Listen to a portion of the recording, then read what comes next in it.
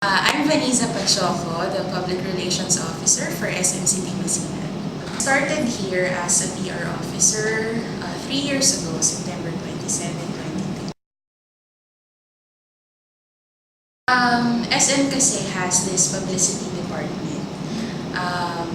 So under kami ng publicity department. So I have colleagues also from other malls. So we're around 30 already.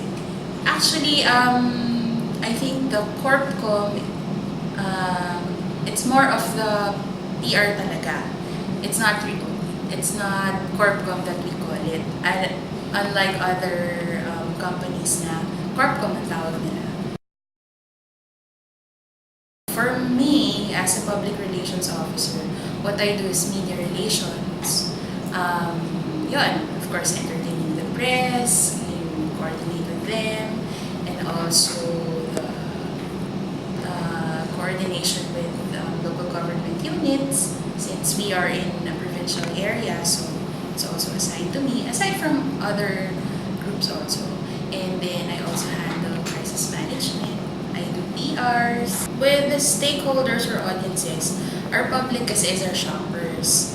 It's actually a group effort. It's a company effort that you cater to the needs of your shoppers. So as for me, as a public relations officer, what I do is make them known of what the mall has, what the mall can offer them, what can you see inside the mall through PRs, through publicity, through articles on paper. We have partnership with the local newspapers here, and sometimes with national broadsheets that you see in the stalls, ganyan. So yun. But for media naman, that's mainly my job. What I do is, I usually invite them to cover events that would be interesting for the public to know. And then for the community, it's also a group effort. It's also a company effort that we have this corporate social responsibility in SM that we usually implement through the programs that we hold in the mall. So yun. And for the employees, it's not really like the Corpcom thing, but for the employees among my coworkers, it's more of a personal interaction. There's a separate group actually that does that. Parang what we do more is making them know na ito, meron kaming project, we had this medical mission, ganyan, nagpatayo kami ng school, yun, ganun siya. But for SM kasi, we're very aggressive, we're very more into CSR. Bukod sa aming, of course, the target is retail. So we are into CSRs, and we have gathered a lot of awards because of our CSR projects. For publicity, for PR, we have this campaign called My City, My SM. It's a brainchild of my boss, Miss Millie Tizon. She's the VP for publicity. And what we do is, it's actually more of like a saga already. It's more of tourism-driven campaign. It goes around the malls, SM malls, and we mount events that highlight the culture, the food, the crafts, yun. And aside from that, we also have exhibits, ganyan, and some workshops, and some, yun, it's in partnership with different organizations as well. For the entire SM Super Malls, of course, we have our Vice President, which is Ms. Millie Tizon.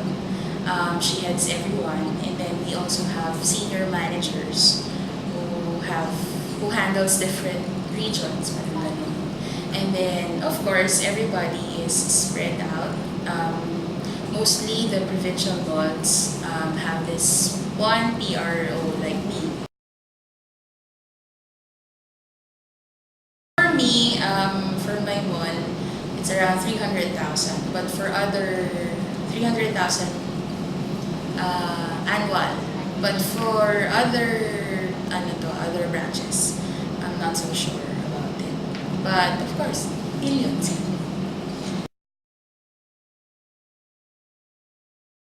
It's C and Mendiola. C is for, of course, Henry C. And M is for Mr. Sinin Mendiola. He passed away, I think, last year. He's the one who partnered with Mr. C in coming up with a department store. So, yun. Ang nag-head na ngayon yung president ng department store is Mr. George Mendiola. So, yun. So, minana na niya.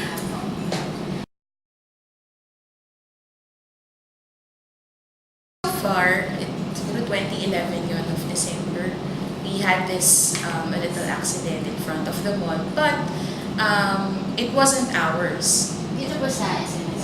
No. Sa labas siya. Actually, for SM Masinag yun nangyari. But yung lote sa harap namin, it's not ours. Kaya lang, the problem was, the media kasi went here, dami nila.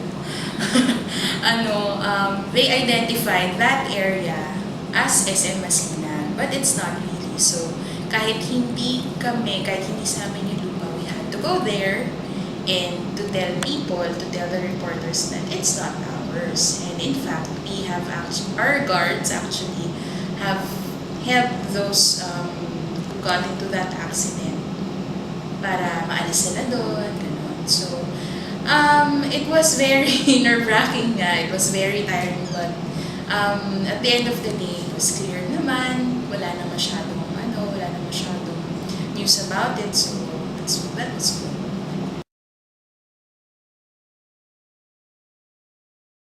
For me kasi, yun nga, the event, yung My City, My SM, mounting that is a very tedious job. As in talagang sobrang mahirap siya gawin kasi it's very challenging. It's like putting up a big event all by yourself. No, well, not really all by yourself, but you're spearheading it. So, I think that's one of the most challenging work that I usually do every year. But after every event of that, talagang it's something, so you feel fruitful about it. You feel achieved about it. Kasi I actually didn't really, parang pagka-graduate ko, I didn't really wanted na PR, ganyan. Sabi ko, why not try? Because I wanted something that's parang higher naman, para may career advancement naman. So, sabi ko, why not try? You just try also. If you love writing, if you love mingling with people, if you love communicating with people, you should try it. Kasi there is, parang sabi nga nila as mass com, diba? There is an art in how you speak to people on every personality, diba? Parang ikaw personality mo. I have to speak with you na the way na makakapag-interact ko sa'yo, the same way with her. So,